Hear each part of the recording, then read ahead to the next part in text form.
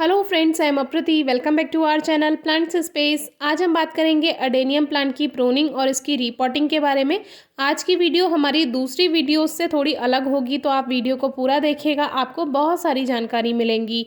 तो adenium plant वैसे भी दूसरे प्लांट से अलग होता है, लेकिन इसको लेकर काफ़ी लोग डरते हैं इसको ग्रो करने से, इसकी देखभाल को लेकर। लेकिन आप यकीन मानिए, ये एक ऐसा प्लांट है जिसमें आपको बहुत कम देखभाल करनी है और बहुत कम फर्टिलाइज़र से ही ये आपको सीज़न में ढेर सारे फूल देगा। तो अभी तो सर्दियाँ चल रही थी, सर्दियों में ये इसकी सारी पत्तियाँ झड़ जाती हैं, गिर जाती हैं और बिल्कुल सूखा हुआ ये दिखाई देता है। और कि सर्दियाँ इसका डोरमेंट सीज़न होता है, तो ये यहाँ पर बंदरों ने कट लगा दिया था, लेकिन इससे प्लांट पे कोई ज़्यादा फर्क नहीं पड़ा है। इसका कोडेक्स ही इसका मेन खूबसूरती होती है और दूसरे नंबर पर इसकी फ्लावरिंग। ये एक डेजर्ट का प्लांट है, इसीलिए इसको डेजर्ट रोज़ भी कहा जाता है। तो देखिए, अभी सारी पत्तियां इसकी सूखने लगी हैं, धीरे धीरे ये सभी झड़ जाएंगी। तो आज हम इसको प्रून करेंगे 26 जनवरी के बाद से, और फरवरी तक आप इसको कभी भी प्रून कर सकते हैं। उसके बाद नहीं करना है, क्योंकि फिर इसमें ग्रोथ स्टार्ट हो जाती है। तो उससे पहले ही आपको ये काम कर लेना है। प्रूनिंग से क्या होता है, इसमें ज़्यादा शाखाएँ आती हैं, यानी ज़्यादा ब्रांचेस बनती हैं, और जितनी ज़्यादा ब्रांचेस बनेंगी उतनी ही अच्छी प्लांट ब्लूमिंग करेगा, यानी कि उतनी ही अच्छी फ्लावरिंग होगी। तो ये जो आप देख रहे हैं, इसको हम यहाँ से, जैसे ये ब्रांचेज़ हैं, इनको इस तरह से आपको कट कर देना है। तो ये जो जितनी भी ब्रांचेज़ हैं, इनको भी आप ग्रो कर सकते हैं, यानी कि जो कटिंग्स होंगी इनको भी आप ग्रो कर सकते हैं। लेकिन जो कोडेक्स इसमें बनता है, जो मेन प्लांट होता है, मदर प्लांट, ऐसा कोडेक्स कटिंग से ग्रो करने पे नहीं बनता है। ये जो हम सीड से ग्रो करते हैं प्लांट, ये केवल उसी में ही बनता है। तो ये प्लांट तो हम नर्सरी से लेकर आए थे, लेकिन जब इस पे सीड बनेंगे तो आपको सीड से ग्रो करना भी हम ज़रूर शेयर करेंगे। तो जितनी भी इसमें शाखाएं हैं, ब्रांचेस हैं, उनको आप कट कर दीजिए कुछ इस तरह से।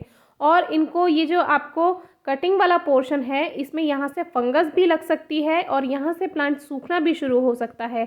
तो उसके लिए आपको जो सॉइल है उसी से ही इसको हल्का सा इस तरह से लगा देना है। आप चाहे तो कोई भी फंजीसाइड लगा सकते हैं अगर आपके पास है।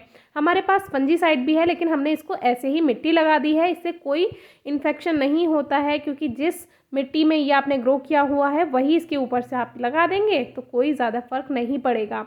अब इसको रिपोर्ट भी कर लेते हैं हाथों हाथ, क्योंकि ये एक प्लास्टिक के छोटे सा एक बकेट थी, उसमें लगा हुआ था।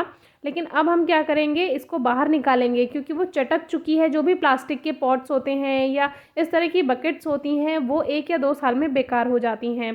तो अभी ये पूरी बेकार हो चुकी है, तो इसको हम तोड़ ही देते हैं, क्योंकि पूरी चटक चुकी है, किसी काम में ये नहीं आएगी। अब हम इसको एक सीमेंटेड पॉट देंगे। मिट्टी का पॉट कोई खाली नहीं है फ़िलहाल, और हमें इसको रिपोर्ट करना ही है।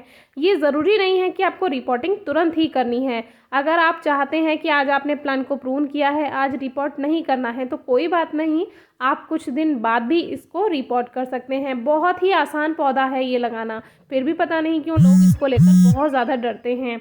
तो देखिए, इस तरह की इसकी रूट्स होती हैं। तो इस पर से हम सारी मिट्टी को झाड़ देते हैं, हटा देते हैं, जिससे हम जो नई सॉइल बनाएंगे उसमें ये अच्छे से फिर से ग्रोथ करेगा। तो देखिए कितना अच्छा इसका कोडेक्स बन चुका है। और जैसे हम हर साल इसको रिपोर्ट करेंगे, तो ये फ़ायदा होता है कि इसका जो अंदर ही अंदर कोडेक्स और बढ़ता चला गया है, वो जो एक सुंदर सी शेप बन गई है, वो हम दोबारा से ऊपर लाएंगे और केवल रूट्स को ही सॉइल में रखेंगे। तो वही उसकी खूबसूरती होती है। तो देखिए, सॉइल देखिए कितनी अच्छी है इसकी।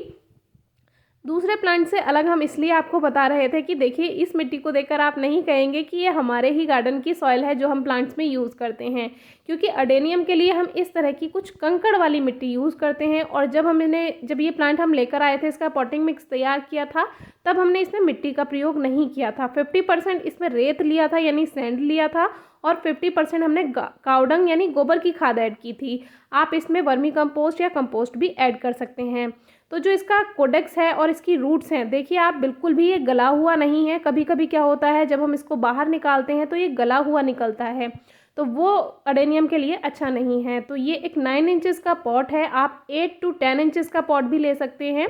बाकी मिट्टी का, सीमेंट का, आप कोई भी पॉट ले सकते हैं अपने अकॉर्डिंग। तो देखिए, ड्रेनेज होल सबसे ज़्यादा इंपॉर्टेंट है, क्योंकि इसमें आपको पानी का सबसे ज़्यादा ध्यान रखना होता है।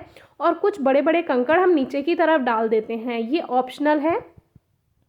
लेकिन ऑप्शनल तो है, लेकिन इसका बहुत फ़ायदा भी होता है, क्योंकि कभी कभी क्या होता है बारिश में भी बहुत ज़्यादा पानी भर जाता है पॉट में, तो उससे भी प्लांट के गलने का खतरा रहता है। अगर आप वेल ड्रेन सॉइल बनाएंगे और इस तरह की कंकर वाली आप सॉइल बनाएंगे तो उससे पानी के रुकने का बहुत कम चांसेस होते हैं। तो देखिए इस तरह की सॉइल है ये, और इसी को ही हम प्रयोग करेंगे और इसी में ही गोबर की खाद फिर से थोड़ा सा ऐड कर देते हैं। तो जो मिट्टी अगर आप नई तरह से इसको रिपोर्ट कर रहे हैं, यानी नर्सरी से लेकर आए हैं, तो आप 50% सैंड और 50% गोबर की खाद, वर्मी कंपोस्ट या कंपोस्ट ले सकते हैं। और आप जैसे रिपोर्ट कर रहे हैं, आपके पास पहले से ही वो प्लांट है, तो उसके लिए उसी सॉइल में आप थोड़ा सा गोबर की खाद और ऐड कीजिए और थोड़ा सा बोन मील ऐड कर दीजिए। वही बोन मील लगभग आपको 1 टेबल स्पून लेना है। तो देखिए कहीं से भी ये गला हुआ नहीं है, पूरा हार्ड है कोडेक्स, तो ये पहचान है, अच्छे से हमने इसकी देखभाल की है और वाटरिंग का सबसे ज़्यादा ध्यान रखा हुआ है। तो इसको अभी हम रख के देख लेते हैं, क्योंकि इसका मेन कोडेक्स जो है उसको ऊपर ही रखना है और केवल रूट्स को अंदर भेजना है, जिससे वो फिर से इसका कोडेक्स हेल्दी बनेगा। और देखिए लेवल चेक कर लीजिए इस तरह से। अब थोड़ा ऊपर रख लेते हैं हम इसको, बहुत अच्छी शेप है। तो इस तरह से वही सॉइल मिक्सचर हम इसमें फिर से भर देते हैं।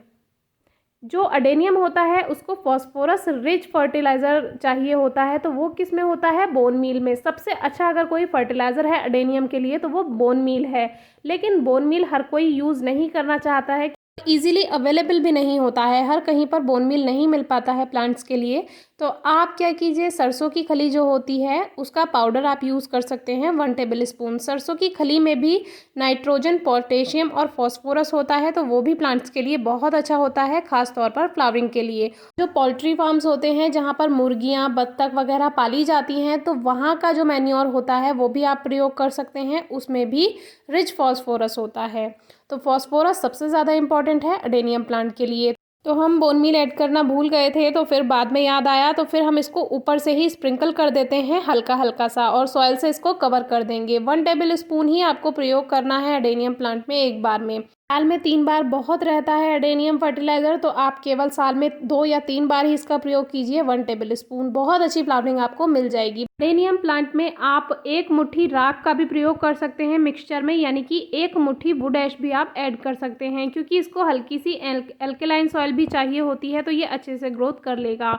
बाकी इसमें हल्की वाटरिंग ही कीजिएगा, सर्दियों में तो बिल्कुल ही नहीं करते हैं, कभी कभी इसमें पानी दे दिया करते हैं। गर्मियों में इसमें हल्का सा आप पानी दे देंगे तो भी इसमें चल जाएगा, बहुत ज़्यादा वाटरिंग इसको नहीं चाहिए होती है। सनलाइट आप फुल डे सनलाइट में रख सकते हैं, लेकिन जब बहुत ज़्यादा गर्मियाँ आ जाती हैं तो हल्का सा आप इसको ऐसी जगह पर रखिए जहाँ पर इसको दोपहर की धूप से बचाया जा सके, क्योंकि पत्तियाँ जलने लगती हैं और फूल भी मुरझा जाते हैं। बाकी इसमें और कोई खास देखभाल नहीं करनी है, इसी फर्टिलाइज़र से ये हमें बहुत अच्छी फ्लावरिंग देगा, जो कि आप लास्ट ईयर की वीडियोस डिस्क्रिप्शन बॉक्स में चेक कर सकते हैं।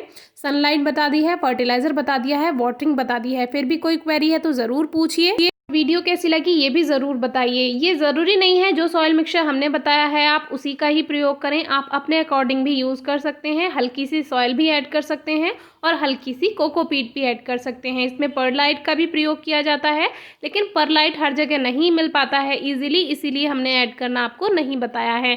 हम केवल वही चीज़ें बताते हैं जो ईजिली मिल जाती हैं और हम कम से कम सामान में अपने यहाँ गार्डनिंग करते हैं और वही आपसे शेयर करते हैं।